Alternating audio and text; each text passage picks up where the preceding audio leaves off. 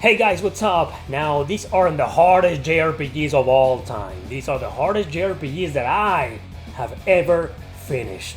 Without cheating, without an easy mode, because none of these games have an easy mode. Oh yeah. So let's meet the 10 hardest JRPGs I have ever beaten, with some honorable mentions at the end. Let's begin!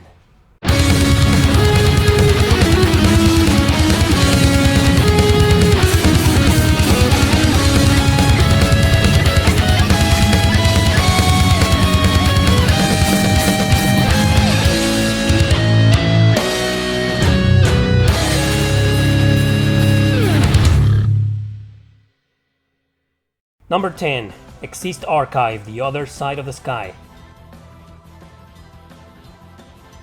In this video, you will obviously see a lot of stupid ass grind fests. Exist Archive is no exception, especially since you always need to go back to the older levels to grind for the next one. I stood absolutely no chance against any of the normal enemies in the new areas, even from the beginning of the game. And it's not just grinding for 1 or 2 levels, sometimes I had to double that in order to be able to grind on the next level. Then, after gaining some considerable experience, my characters were tough enough to take on the damn bosses. I gotta say though, some were disappointingly weak, while others easily crushed me like an insect. Eventually, you get a certain ability that I won't spoil, which makes battles faster and easier. You also get your special attacks at a certain point of the game. With these two things, if you know how to properly take advantage of them together, you'll break the game. So that's what I did. But I was already on the final chapters of it and I still had to go and grind over and over again. Exist Archive is a very good RPG by Tri-Ace, developers of Valkyrie Profile and Star Ocean. And I'm not even sure why none of the games of the latter series are in this list, cause some of them totally should be.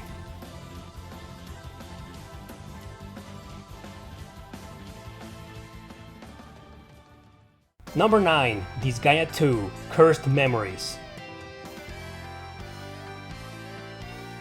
I feel like being a Disgaea game, I don't really need to explain why it's on the list. After all, everyone knows this series is full of absurd difficulty spikes everywhere.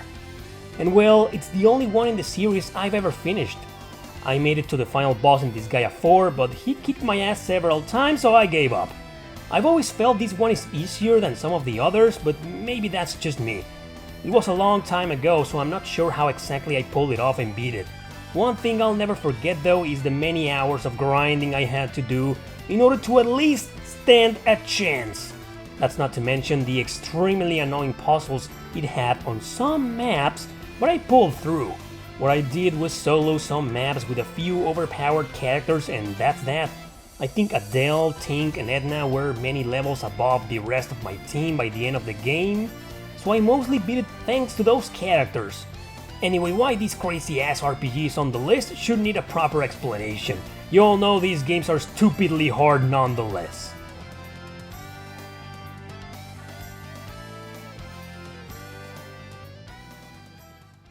Number 8. Final Fantasy XII.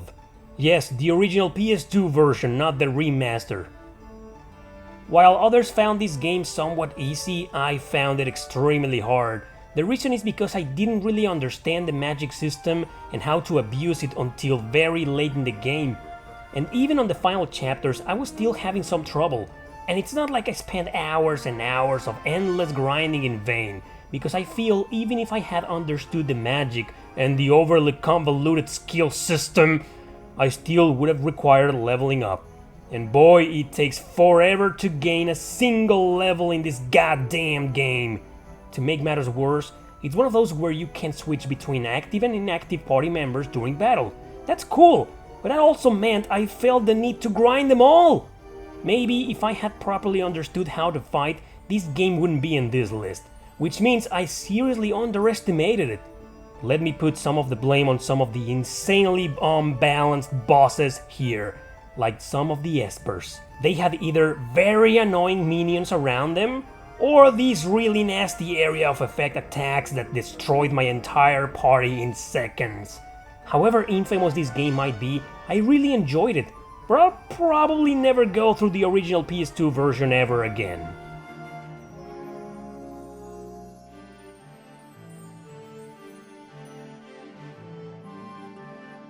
Number 7. Valkyrie Profile 2, Silmeria.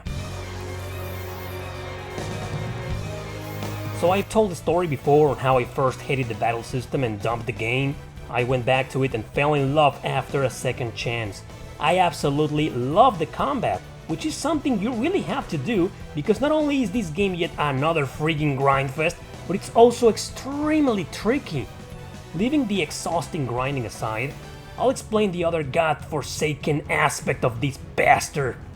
Problem is, some areas, including ones with normal enemies, are hard to navigate through, so if you get caught in between the ranges, they can easily overwhelm your party. So if normal monsters can beat the crap out of you no matter your level, imagine the bosses. Almost every single one of them requires some strategy on how to move in the area and where to position your characters to attack. If you can't figure that out, forget it, you're fucked. As much as I love this RPG with all my heart and soul, it sure put me through some crazy shit, man. Obviously because it took me a while to plan my own movement and positioning with almost every single boss. And don't even get me started on those puzzles in some areas, or the utterly unfair pre-final boss battle. That was so messed up.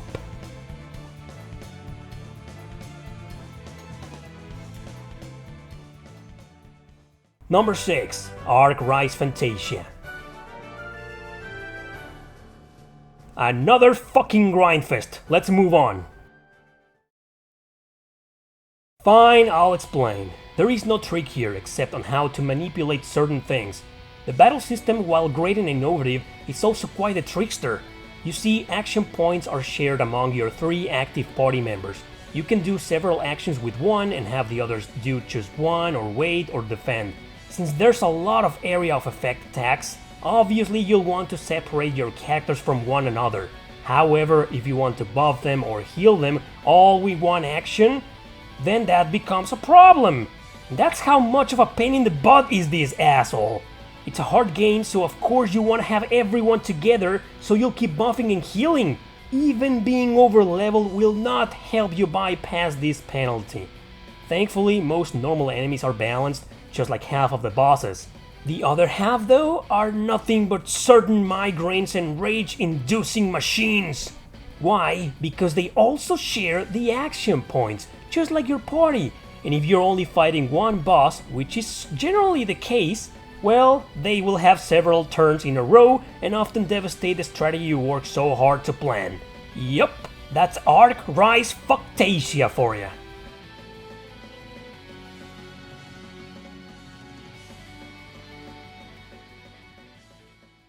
Number 5. Code Vein. One of the biggest reasons this game is on this list is because I suck at action RPGs. If I didn't, perhaps it wouldn't have been so hard. Regardless, I think it can be quite challenging even to the hardcore player. My major issue with Code Vein was how unpredictable some enemies and bosses can be. Since it's an action game, no matter how over-leveled you are and powerful, it all comes down to how skillful you need to be. When to attack, when to evade, when to defend. Everything here is about timing. And it's one of those that punishes you badly if your timing is wrong. Several minutes of grinding or fighting a boss can all go to hell in one single moment. Even faster if your companion is dead or for whatever reason they can't revive you. I swear some of the bosses made me feel the developers created them just to piss me off. Yes, go ahead and limit my inventory. Make the healing items scarce. Hide enemies where I can't see them. Change the bosses' patterns randomly. And oh please, my character can be completely vulnerable as they keep taking fucking forever to heal themselves. God, I love this game.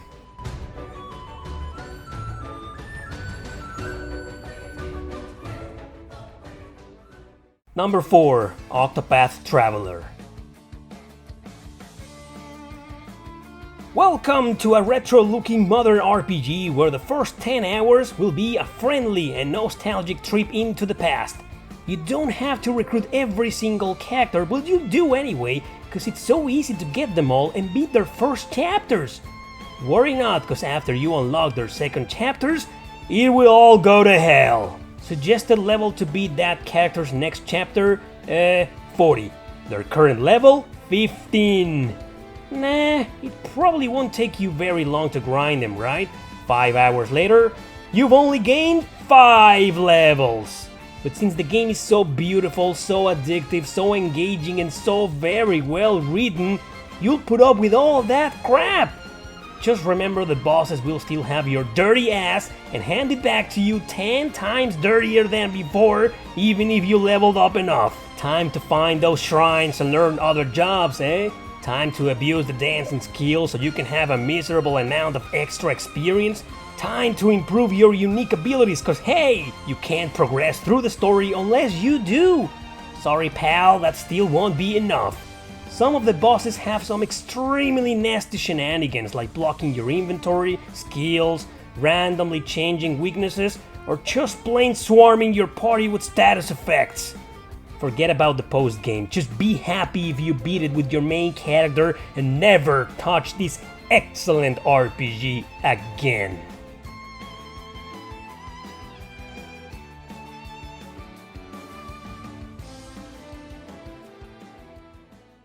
Number 3. Shin Megami Tensei Devil Survivor. The original DS version, that's right, not the friendly, definitive and beautifully ported edition on the 3DS.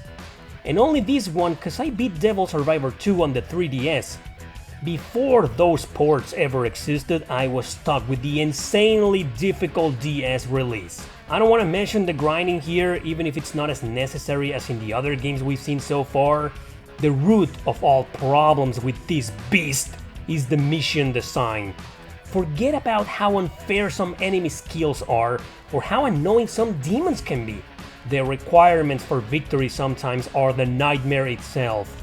Keeping some NPCs alive, preventing some characters from escaping, having the right demons cause all the others are completely useless, protecting fucking Midori. God damn these escort missions! Why do they have to be so utterly disgraceful to the player?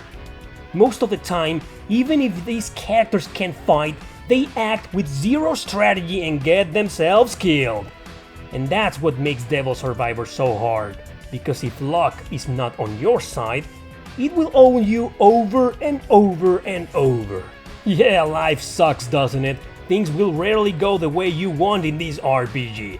My advice is to grind, look for demons with abilities that can counter those of your enemies, and have patience. Lots of patience, because without it, you'll end up being just as retarded as some of the characters in this game.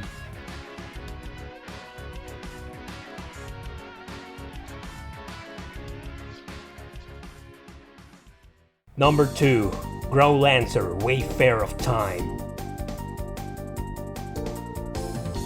I've lost count on how many times I've expressed my frustration with this PSP motherfucker. In fact, the only reason I included it was so that I could bitch about it once again. I loved it, don't take me wrong, just like I loved every single game in this video. But that doesn't mean I didn't go through hell first so I could come here and say it. Just like with Devil Survivor, the grinding isn't the problem here.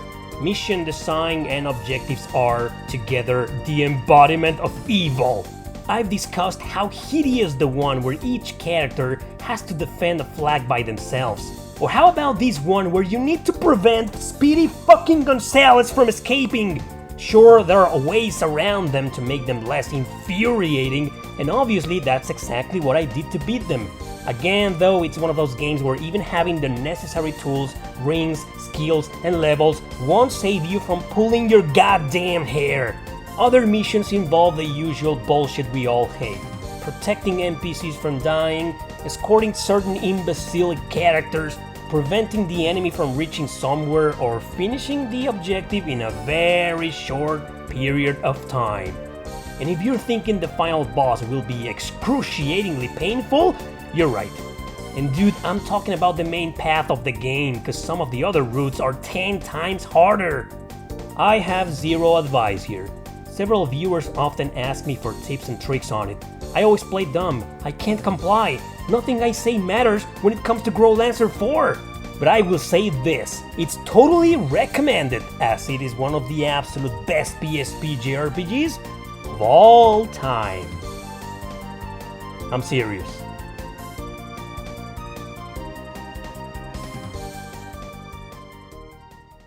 Number 1. Tear Ring Saga.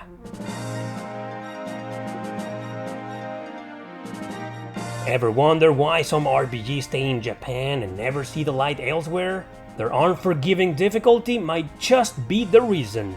Tear Ring Saga was Shozo Kaga's first game after he quit Nintendo for being a bunch of pussies. He wanted to make hard games, and to prove it, he created the hardest JRPG in history. Second to Tracia 776 that is, which was also developed by him, ironically.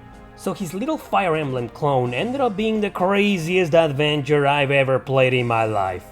You'll start with the usual chapters that aren't really that hard, but somewhat easy in a sense. Little by little you'll then notice the difficulty spikes escalating like goats on a mountain. No permadeath isn't gone here. It's overly present and it hurts, man. It hurts. Even when some of your characters with good levels are still absolutely useless. There aren't really many different objectives to achieve, as they're often the usual kill them all. Enemies appearing out of nowhere, often in giant quantities of course during the enemy turn, which means they'll attack first and ambush your party. These goddamn tanks are the worst. 9 out of 10 in your party can't damage them, and the one that can will always be exposed. And there's a few missions involving several of them. Stupid fucking ballista will be your second worst enemy here. Yes, attacking from afar with you being able to do nothing about it. What's the point on swarming the maps with enemies? Is it to feel the achievement of being a small, miserable anime trope, taking on an entire army with the power of friendship?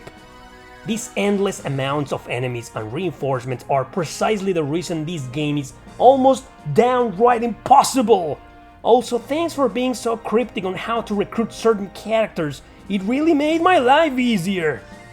I love this game, but I swear Kaga is a freaking psychopath. Nintendo probably realized this Hannibal Hitler was out of control and fired him before Fire Emblem 6 met the same fate. I beat this game and I'll never ever forget it. I really like the story, characters, and of course the gameplay mechanics. Had it not been so full of unfair enemies with limitless numbers, I wouldn't have to complain about it. But at least I made it through the end, I survived, and I miraculously kept my sanity intact. Or so I'd like to believe.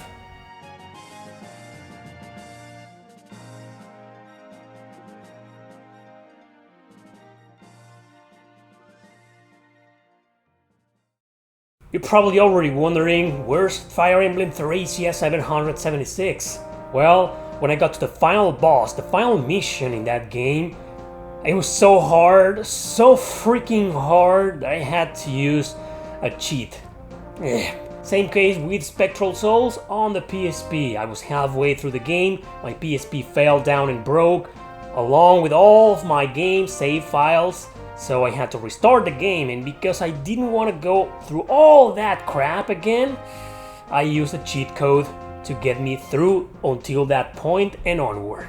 There are also some brutally hard RPGs like Odin Sphere on the PS2, Tales of Graces F on the PS3, Is the Oath in Felghana on the PSP, Shin Megami Tensei Apocalypse on the 3DS. I beat them all, but I beat them on easy mode. But make no mistake, those games, even on easy, will kick your ass. No, I didn't forget about this guy here. I also pissed the shit out of me the first time I played it, with some of the most brutally hard bosses ever in the history of RPGs. That's right. Anyway, thanks for watching, don't forget to subscribe and share this video with your friends. See you next time!